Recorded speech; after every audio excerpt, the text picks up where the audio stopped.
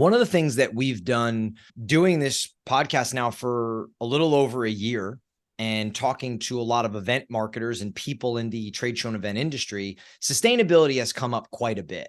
It has been a question. It has been a themed topic, whether it's in content that we run, questions that we ask, interviews that we do. People are coming and asking the question about sustainability in the sense that they're not really sure what to do. Right? They're not really sure what to do, but they know they're either being asked or they're going to be asked. Al, we'll go back to you. Why do you think many event marketers and professionals, why do you think they find it challenging to prioritize sustainability? Or where do you think kind of that movement of up and down goes in terms of a priority? Well, to give you some historic retrospect, back in the 2000s, it was a very hot topic.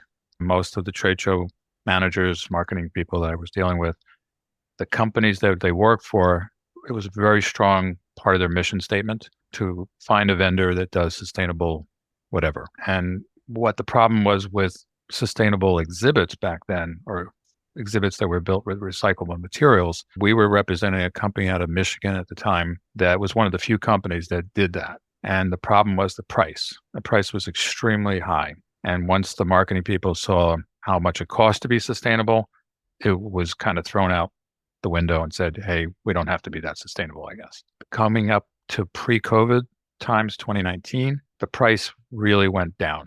It went down tremendously almost to the point where it's the same price as buying a normal build at this point. So ironically, I went back to some of those same marketing people and tried to reintroduce this subject, and they still weren't very much interested. Most of the ones I spoke to. But who I found were interested were the sustainability directors and the purchasing directors of companies.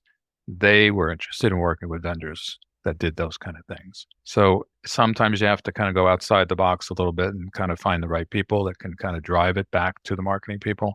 And I had some success in doing that. So today, I think it's more, clients tend to be a little more shorthanded right now coming out of COVID, and they have so much on their plate, I think, of handling whatever they're handling at their end, that sustainable part of the business is probably not a priority on their list.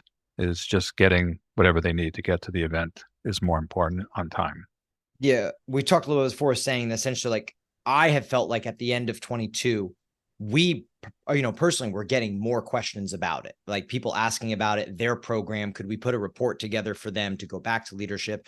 But then once inflation started hitting, once the cost started truly rising, a little bit of the government money had kind of run out, then it started to dwindle away again. But I think, and as we get later on here, we'll start talking about small changes, kind of medium changes, large changes. I think that most people, regardless of the scenario, should be at least taking some small changes that they can go make and let their teams, let their executives know, hey, from this side of things, we are operating, we're making progress. And then once it sort of becomes an initiative again, where it's important to everybody at the organization, they may have a chance to make some larger jumps, essentially. Marley, you want to hop in there?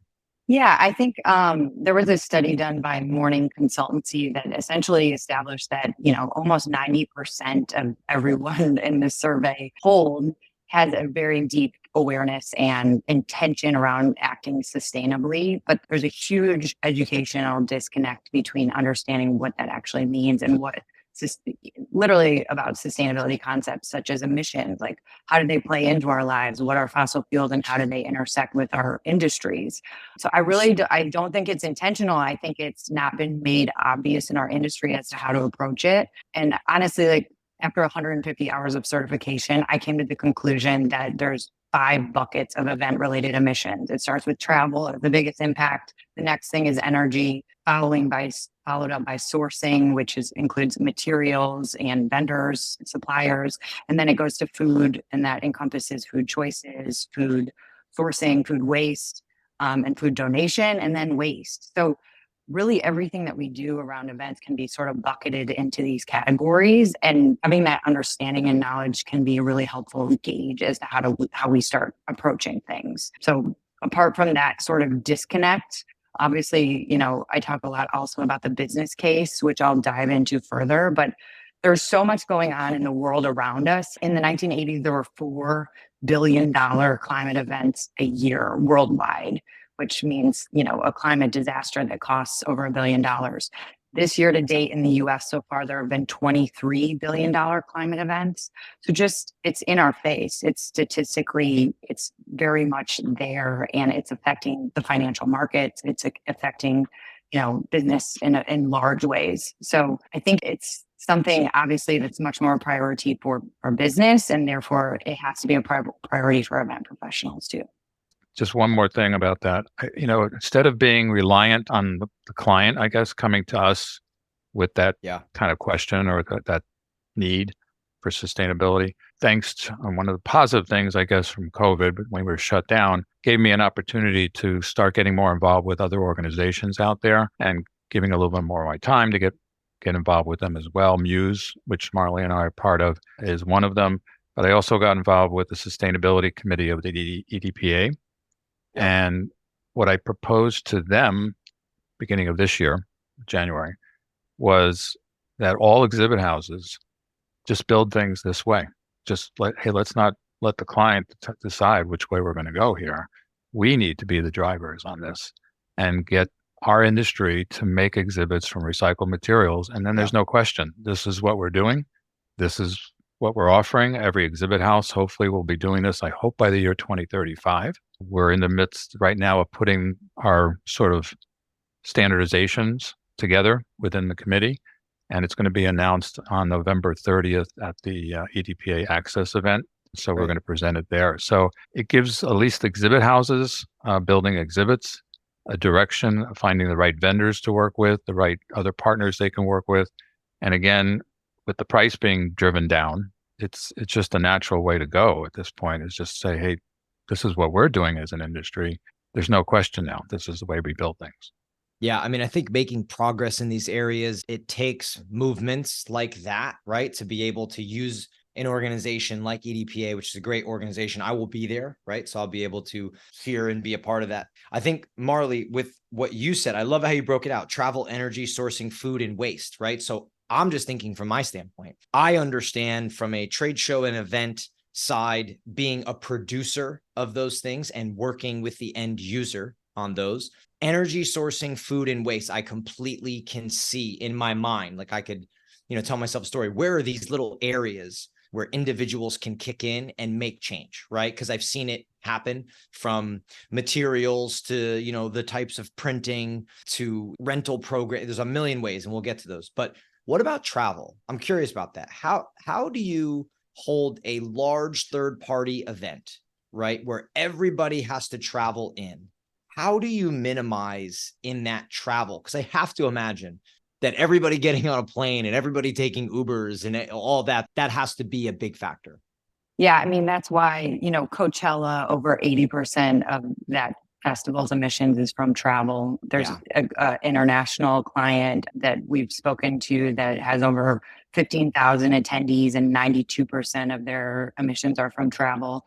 I mean, ultimately, it's the biggest thing that is, for sure, from a strategic perspective, you should be making sure that everyone that's coming, or, the price point is right, so that this is going to provide value to everybody involved. And also, you're essentially responsible for everyone's emissions that's coming to your event, is the way that it should be seen. And ultimately, that's not being scrutinized from a governmental or compliance perspective yet, but eventually it's most likely that it will be. But I created Purpose Net Zero to integrate with event registration software, so that the attendee, when they're registering, they can input just something as simple as their zip code and then the modes of transportation to get there. And then we calculate emissions to the dollars and cents associated with whatever dollar amount the event host wants to set per metric ton of carbon. Now, this is getting into a lot of very sustainable jargon here, but this is basically essentially what I help with. And we kind of provide what I call a carbon concierge service to help people understand, what does all this mean? What can we put our money to if we're going to fund the offsets relative to our carbon footprint for travel? And essentially, we don't mark up carbon. We don't get in the middle of people paying for carbon action. I don't believe in that. But essentially, I help people connect with reputable organizations that have carbon offsetting programs that they get certified for and have documentation to support their action. The carbon offset market has been highly scrutinized due to some bad actors. And, it's definitely something that has, even in the sustainability community, a lot of opinions. But currently, the way I look at it is right now, really very few people are measuring their travel. And in order for us as an industry to be conscious of what our emissions are, travel is the biggest emission. So how do we adapt to that? We start measuring that. We start doing something conscious about it is really the reason why we created this solution, but also to make it easier on event hosts so they're not having to spend a bunch of time with data management and calculation on their own, when they already have so much going on. Yeah. I mean, I would think maybe something like more localized events where you have multiple versus just one, making it easier. Like if you have 4 versus 1 in Los Angeles, you have 4, not a little smaller, people can travel, could be 1. But at the end of the day, I just keep thinking like the travel's inevitable if you're going to hold these events. It's just a part of what the events are, but kind of that offset nature for an event. If you can say, hey, we have this many people coming from all these different places, how can we be more sustainable in our actions through energy sourcing, food, and waste to kind of lower that number? I guess it's almost like gamifying it. Yeah, a hub and spoke model with multiple locations is always a really great idea.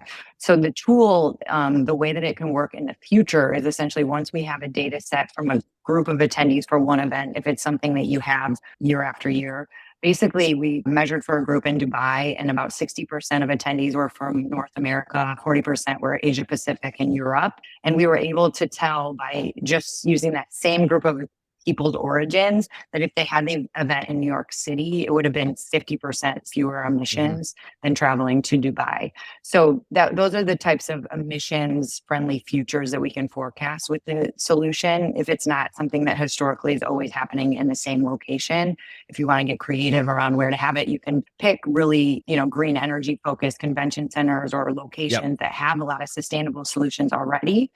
So it can help with that as well. Gotcha.